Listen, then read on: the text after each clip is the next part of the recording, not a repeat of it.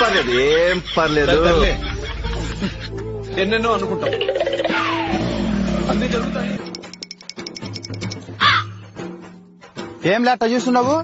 సోగ్మాం కొడుకుని చూసావు కదా, వాడు బడరా బండి మీద నుంచి ఈడ్చుకొని బర్రా. పల్ల పల్ల పల్ల ఎముకలైతే పట పట ఇరిగిపోయారా. నేను ఆడుంటే మళ్ళీ చేయలా.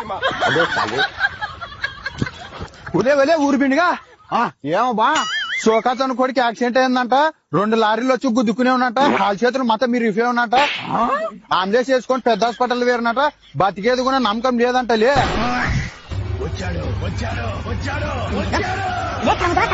ఉడివాడు శోకాతను కొడుకు లేడా?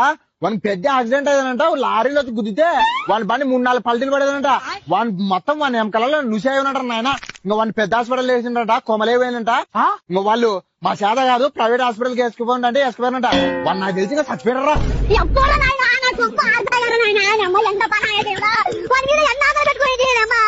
వాయబ్బ ఏం అంత ప్రేమాలు నీకు వాని మీద? ప్రేమన నా చూడు కదా, నా వద్ద 500 తీసుకున్నా మళ్ళీ ఇస్తానే. ఇప్పుడు వాడు చచ్చిపోతే ఎవడిస్తాడు? ఎంత బాగా తప్పి నా కొడుకు నాకు వచ్చి వాడి మీద ప్రేమతో ఏడుస్తున్నావు అనుకుంటే. నాకు అవల్ల తెలియదురా. వాడిని పీడి కానీ లేపి కానీ నా 500 వసూలు చేసుకుంటాలే.